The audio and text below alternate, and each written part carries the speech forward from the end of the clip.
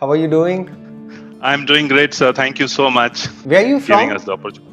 Where are you Sir, from? basically I'm from Darbhanga, Bihar, but पिछले 8 साल से मैं जर्मनी में हूँ। अभी यहाँ पे मास्टर्स करके यहाँ पे एयरबस में as a SAP consultant job कर रहा हूँ। That's great. पिछले 3 साल से मैं आपके सारे वीडियोस देख चुका हूँ और खासकर अष्टावक्र गीता जो और इंटरनली डीप जाता है उसको भी समझा और काफी कुछ और बुक्स भी पढ़े उससे रिलेटेड। That's very good जी, because मेरे को ज्यादातर फीडबैक मिलता है कि वो अष्टावक्र गीता तो समझ ही नहीं आया, वो तो ऊपर से निकल गया सारा। सर शुरू में तो नहीं समझ में आया, बट बाद में after I have heard like 2 times, उसके बाद 100% तो नहीं लेकिन बहुत कुछ रिलेट कर पा रहा हूँ उसको। That's very good, very nice. Sir जब मैं मेडिटेशन करता हूँ स्पिरिचुअलिटी में, ये तो क्लियर हो चुका है या अपने एक्सपीरियंस लेवल पे कि I am not the body. जब ये आता है I am not the mind, तब एक कॉन्ट्राडिक्शन है यहाँ पे कि जब मैं इंट्रोस्पेक्ट करता हूँ अपने आप को, तब एक थॉट के बारे में सोचता हूँ, तो वो माइंड सोच रहा होता है या मेरा कॉन्शियसनेस देख रहा होता है। इसमें एक कंफ्यूजन है यहाँ पे। कभी कभी तो आई एम अवेयर कि हाँ मैं कॉन्शियस होके ये चीज देख रहा हूँ, बट कभी कभी माइंड से ही दूसरा थॉट आता है जो दूसरे थॉट के बारे में सोच रहा होता है। तो इस दोनों में सही क्या है या मैं गलत डायरेक्शन में हूँ? आप बिल्कुल सही डायरेक्शन में हो, क्योंकि एटलीस्ट आप इन सब चीज़ों के बारे में सोच रहे हो, आप कंटेम्पलेट कर रहे हो। दुनिया में लाखों में कुछ लोग होते हैं जो ऐसी चीज़ों के बारे में सोचते भी हैं, बाकी लोगों के पास तो टाइम ही नहीं है, बस गधों की रेस में भाग रहे हैं।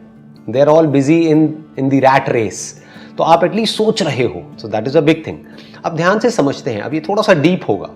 Do you want me to go deeper? वहाँ पे थोड़ा सा हमको मिल करके, हाँ थोड़ा सा मिल करके देखना होगा कि क्या होता है। देखो, एक है कॉन्शियसनेस ऑफ समथिंग, वो एक बच्चे को भी होती है। एक बच्चा पैदा हुआ है, उसके आप स्किन पे टच करोगे तो वो अगर सो रहा होगा तो एकदम से जग जाएगा, राइट? या फिर उसको पता लगेगा कि टच हुआ है। He is not thinking about it, वो सोच नहीं रहा है क्योंकि अभी तक उसके माइंड में कोई लैंग्वेज ही नहीं है, तो वो क्या सोचेगा उस टच के बारे में? But he is aware of the touch, he is conscious of the touch. ये जो कॉन्शियसनेस वर्ड है ना, इसको जो भी फिलोसोफर्स हुए हैं पास्ट में, या जो भी लोग बात करते हैं कॉन्शियसनेस की, वो 2 कॉन्टेक्स्ट में करते हैं। एक, जो वेदों में जिस तरीके से कॉन्शियसनेस को एक्सप्लेन किया गया है उस थॉट प्रोसेस से, बट उसमें से भी बहुत कम लोग समझते हैं। ज्यादातर लोग जो कॉन्शियसनेस वर्ड का यूज करते हैं, they talk about the content of the consciousness, that is the mind. यानी जो भी कुछ कॉन्शियसनेस में है वो उसी को कॉन्शियसनेस समझते हैं। बट ध्यान से समझना, जिस कॉन्शियसनेस की मैं बात कर रहा हूं वो क्या है, जिसके बारे में हमारे जो स्क्रिप्चर्स हैं, यानी कि जो वेद है, उपनिषद है, वो क्या कहते हैं, उसको बड़े ध्यान से समझना होगा, तोड़ तोड़ करके। One is consciousness, pure consciousness, वो सब में एक जैसी है। चाहे फिर कोई जानवर हो, चाहे कोई इंसान हो, चाहे बच्चा हो, चाहे बड़ा हो, चाहे मेल हो, चाहे फीमेल हो, सब में कॉन्शियसनेस है। फॉर एग्जाम्पल, कोई जानवर है, उसको भी आप टच करोगे तो उसको एकदम से पता लगेगा कि किसी ने टच किया है। यहां पे टच हुआ तो वो ब्रेन तक सिग्नल पहुंचा और उसको पता लगा कि कुछ हुआ है। कुछ दिखा तो उसको पता लगा है कि कुछ हुआ है। एक बच्चे के सामने भी जब आप ऐसे ऐसे हाथ हिलाओगे तो उसको पता लगेगा कुछ हो रहा है। वो उसको कैसे इंटरप्रेट कर रहा है, उस पर एक बहुत बड़ा क्वेश्चन मार्क है, क्योंकि अभी तक उसको समझ ही नहीं आया कि इंटरप्रेट करते कैसे हैं। या ये कह लो वो उसको इंटरप्रेट नहीं कर रहा है, उसके लिए इसका मतलब क्या है यू डोंट नो। बस he is conscious of the fact कि कहीं कुछ हो रहा है, कोई आवाज आ रही है, तो बच्चे को पता है कि आवाज आ रही है। यानी उस कॉन्शियसनेस में there is a sound, but वो साउंड क्या है, क्यों है, किस लिए है, क्या हो रहा है, थॉट इस लेवल पे ऑपरेट करता है। So there is no thought there. तो जैसे ही हम कॉन्शियसनेस के बारे में बात करते हैं, ज्यादातर लोग they talk about the content of consciousness, which is thought, which is mind, which is knowledge, which is memory. But when the scriptures are talking about consciousness, or when I am talking about consciousness in the Ashtavakra Gita, I am talking about pure consciousness. वो consciousness जो आप में, मुझ में, एक बच्चे में, एक जानवर में, सब में कॉमन है, अलग अलग नहीं है। जैसे आपकी बॉडी में जो पानी है और मेरी बॉडी में जो पानी है वो पानी है, वो आपका पानी और मेरा पानी नहीं है। आप इंडिया में आकर के पानी पी सकते हो, मैं जर्मनी में आकर के पानी पी सकता हूं, राइट? तो पानी है, राइट? Exactly. ऐसे ही कॉन्शियसनेस इज कॉन्शियसनेस। एक तो है प्योर कॉन्शियसनेस।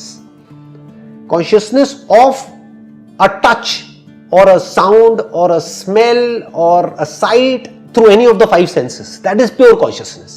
अब क्या होता है, धीरे धीरे जैसे जैसे हम बड़े होते हैं तो जो भी एक्सपीरियंसेस हो रहे हैं उससे रिलेटेड हमारे अंदर नॉलेज फीड हो जाती है। अभी तक दो ही है, अगर आप ध्यान से समझोगे, एक बच्चे के केस में दो ही है, एक है कॉन्शियसनेस, एक है consciousness of something through the senses, right? तीसरा कुछ नहीं है यहां पर। बट आपके केस में अगर ध्यान से ऑब्जर्व करोगे तो तीन है, दो नहीं है। तीसरा क्या पैदा हो गया है? द सेंस ऑफ आई, मैं। अगर एक बच्चे से मैं पूछूंगा कि भैया आपको कुछ सुनाई दिया, तो बच्चा बस मेरे लिप्स को देखता रहेगा, राइट? वो समझेगा ही नहीं कि मैंने उससे क्या पूछा। तो जब उसको समझ ही नहीं आएगा कि क्वेश्चन क्या है तो कोई जवाब भी नहीं आएगा। उस बच्चे के अंदर एक सेंस ऑफ आई अभी पैदा ही नहीं हुआ है। So you can call it pure consciousness which is not yet separated from the whole. That is part of the existence. That is one with the existence. दो बच्चों को साथ बिठा दो तो उनके अंदर से जो कॉन्शियसनेस है वो सेम है, वो अलग अलग नहीं है। ऐसा नहीं है कि इस बच्चे में जो कॉन्शियसनेस है वो अलग है और उसमें जो है वो अलग है। Consciousness is consciousness. जैसे मैंने पानी का एग्जांपल दिया, तो वाटर इज वाटर दोनों बच्चों की बॉडी में जो है, राइट? तो ये अलग क्या होता है? ये अलग होता है जब ये सेंस ऑफ आई डेवलप हो जाता है। और आपका सेंस ऑफ आई किस पे टिका है? आपकी मेमोरी पे। अगर मैं आपसे कुछ भी पूछता हूं कि भाई आप कौन हो, क्या किया है, मैं जर्मनी में रहता हूं, मैं ये करता हूं, मैं वो, अगर इस मेमोरी को निकाल दो तो मैं अगर आपसे पूछता हूं आप कौन हो, खत्म। अब आप में और उस बच्चे में और किसी जानवर में कोई फर्क नहीं है। नाउ हां, तो ये समझना है कि ये दो से तीन कैसे होते हैं। एक है pure consciousness, consciousness of something through the senses. अब तीसरा क्या है? मेमोरी। इस मेमोरी पे क्या टिका हुआ है? द सेंस ऑफ आई, मैं। फिर अगर मैं आपसे पूछता हूं किसने सुना इस आवाज को, मेरी आवाज को कौन सुन रहा है, आप कहोगे मैं सुन रहा हूं। अब मैं अगर आपसे दोबारा पूछूंगा मैं मतलब क्या, तो आप कहोगे मैं मतलब मेरा जो नाम है। मैं कहूंगा उसका मतलब क्या। मान लो आपका नाम है अमित, तो मैं आपसे कहूंगा अमित का मतलब क्या, तो आप कहोगे अमित का मतलब ये बॉडी। समझ गए? ये सब आप कहां से बोल रहे हो? जो अंदर मेमोरी फीडेड है वहां से बोल रहे हो। फीडेड। तो ये एक ट्रायंगल बन जाता है, तो ये ट्रिनिटी बन जाती है अगर इसको आप ध्यान से समझोगे। अब दो से तीन हो गए हैं, एक्चुअल में दो ही है, क्योंकि जिसको आप मेमोरी भी कह रहे हो that is not separate from the matter. Memory is a material process जो हमारी ब्रेन के अंदर फीड हो रही है, जैसे body is a material thing. तो मेमोरी को लोग समझ ही नहीं पाते मेमोरी क्या है। लोग ये समझने लग जाते हैं थॉट्स मतलब समथिंग सुपर नेचुरल, या फिर थॉट्स मतलब समथिंग मिस्टिकल। समझ गए? तो वो समझ ही नहीं पा रहे हैं कि जो थॉट है ये पैदा कैसे होता है। वो एसोसिएशंस हैं एक्सपीरियंसेस के साथ, जो हमने एसोसिएट कर दिया है कि ये एक एक्सपीरियंस हुआ, इसको एक नाम दे दिया, अब वो फीड हो गया। अब फिर वो चेन ऑफ एक्सपीरियंसेस बनती चली जा रही है, जिसको मेमोरी बोलते हैं, जो अंदर फीडेड है। That is also a material process, just like this body is a material process. तो whether you are aware of a sound through your ears in your brain, or you are aware of the memory of a sound in your brain, both are material process. ज्यादा हो गया थोड़ा सा? नहीं sir, समझ relate कर पा रहा हूं दोनों चीजों को। Yes sir, exactly. समझना ये है कि at the level of pure consciousness there is no division, there is no you और me, there is no I. But ये प्रैक्टिस से डेवलप होगा धीरे धीरे, राइट? नहीं, स्टिल नहीं, इसमें कोई प्रैक्टिस नहीं है। इट इज लाइक सीइंग, कि मतलब अगर देखना है तो आप अभी भी देख सकते हो मेरे साथ साथ में इस सच को। मतलब सच में there is no practice involved in it.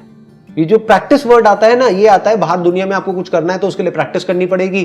Practice करोगे तो आपको सक्सेस मिलेगी, पैसा मिलेगा। इन्हीं फंडों को हम अंदर की दुनिया में अप्लाई करते हैं। In the real spirituality in the real sense, there is no practice.